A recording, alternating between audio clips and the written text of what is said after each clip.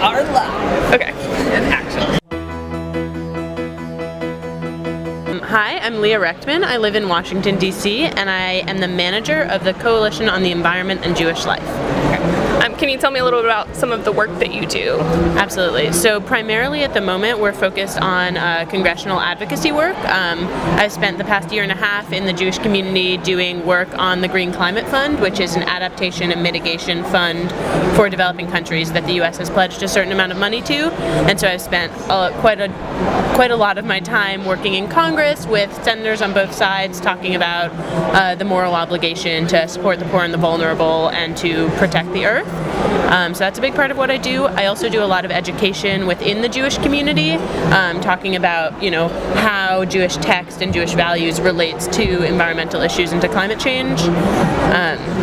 So those are sort of the two primary pieces of work that I do. I'm currently the chair of the Interfaith Energy and Environment Coalition in DC, which is really, really cool. I get to work with a lot of other faith leaders. I work closely with my evangelical colleagues and Catholic and Protestant and Muslim colleagues in DC who are involved in this work, sort of coming together and saying that people of all faiths care about climate change.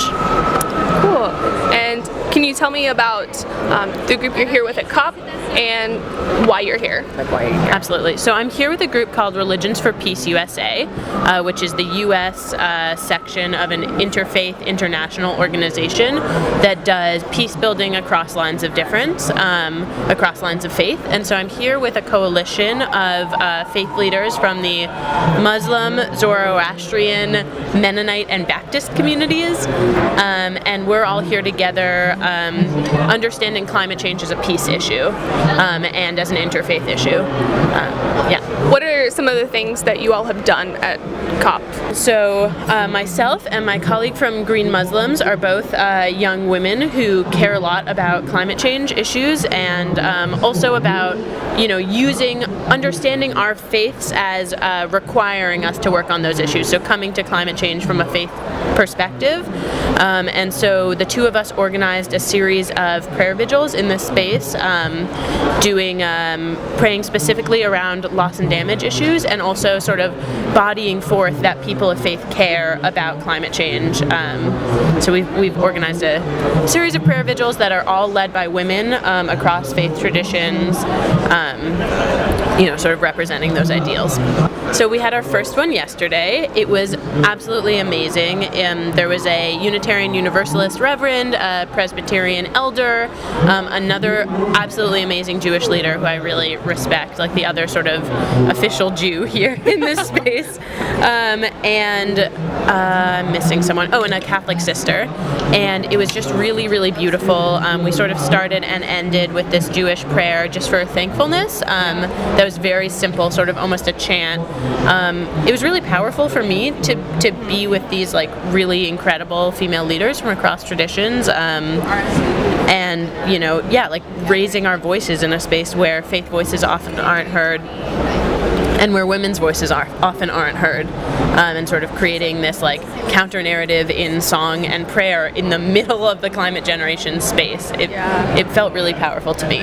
Why does your faith motivate you to do some of this work? You touched on it a little bit, but could you explain more? Absolutely. So I'm a Reformed Jew. That's the denomination I come from, and my faith motivates me to do climate work for a couple of different reasons. I really think that climate change is an issue to which my faith speaks integrally. So let me explain a little bit. I might ramble. No worries. So there's one passage that I chanted at my bat mitzvah when I was 13 that I've been thinking about my whole life, which is Tzedek, Tzedek, Tirdof, and it means justice, justice, you shall pursue. And I've always been fascinated by the justice, justice. Like the Torah is not a text that stutters. So why does it say justice, justice? And the way I think about it, justice is feeding the poor. Justice is welcoming in the immigrant or, creating prevention mechanisms for gun violence. That's justice. It's simple, it's straightforward, it's fairly direct. Justice, justice is asking us to think on a bigger level. Justice, justice isn't just protecting the poor, it's thinking about why the poor are poor. And perhaps they're poor because of food scarcity and rising sea levels that are creating a situation in which they can't they can't live sustainable lives. They have subsistence agriculture and they're not capable of having like the vibrant economies that they need to have in order to be prosperous in their communities. Maybe justice is not just welcoming in the stranger, but also thinking about why climate migration is happening. So I see justice, which is sort of this broad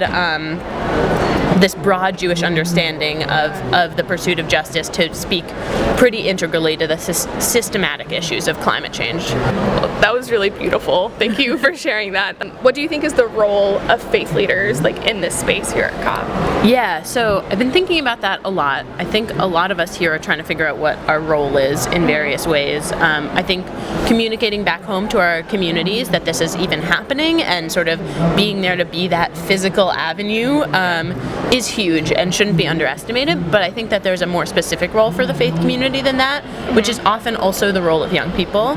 And so filling both of those spaces feels really right, like makes a lot of sense to me. Yeah. Which is that I'm not a business leader, and I'm not a tech leader, and I'm not an economist, and I think that that's really important. I think it's important to not be focused on growth paradigms and to not be focused on,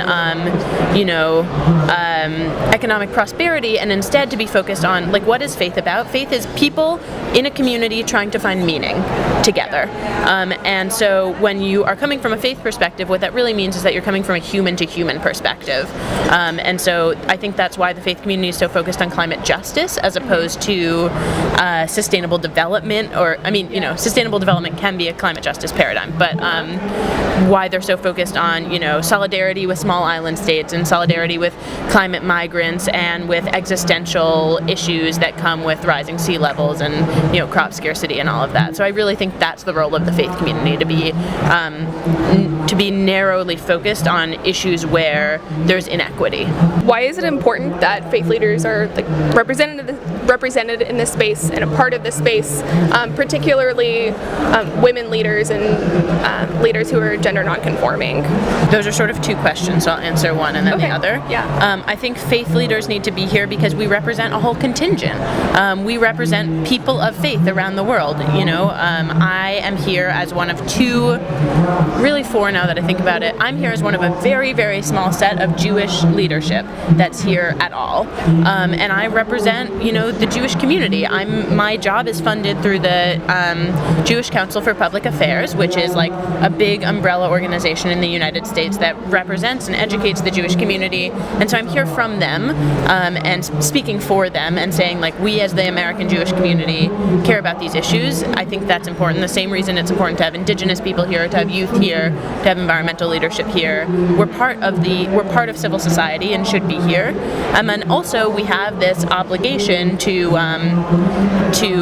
have a hard line on justice. So I think that's why faith leaders need to be here.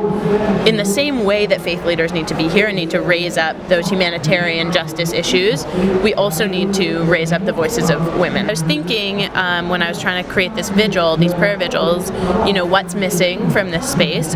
Prayer is missing from the space in a real way, in a rigorous and strategic way. Prayer is missing, and also women's voices are missing from the COP. And so I wanted to use space that I was creating to lift up multiple counter narratives at once. Women's voices, the voices of gender nonconforming folk, and faith voices all at once. If I was creating an intentional space, I wanted it to be an intentional space that lifted up marginalized communities in many ways. What can we do to move forward and make the spaces more inclusive and increase that representation? Yeah, so I think on a top level, I work with Sierra Club folks in DC. They're incredibly inclusive to me and to other faith leaders, and in terms of intel sharing and support, our organizations tend to be smaller. It's incredibly important to have people like the Sierra Club there to help us out. But I think that thinking of where you're coming from and a student perspective, I think it's important for that to be happening on college campuses too. So environmental work shouldn't just be secular work, it should be coalition building work. I think it's so much stronger that way. No matter what you're doing, whether it's divestment or student activism to get rid of water bottles. Like, it doesn't really matter what the issue is. I think it's important to recognize that there are a whole bunch of different kinds of people that you can bring into the fold to do this work. Not just climate justice, but also people of faith, the evangelical community on campus, the Jewish community on campus. So I think that's a huge way to integrate people of faith more strongly, because they're there and they can be tapped and involved. So those are all of the questions that I have, but if there's anything else that you want to add. Yeah, I'll just say I was just thinking about this while we were talking, and I sort of implied this, but I think that young people have a similar role to play as people of faith. I think young people coming from college campuses and not as sort of tied down by financial institutions and by economics have sort of this alternative voice to give and an alternative model to show for how people can work together. I don't know if that made sense. No, it did. That was a really great addition. Great. Thank you.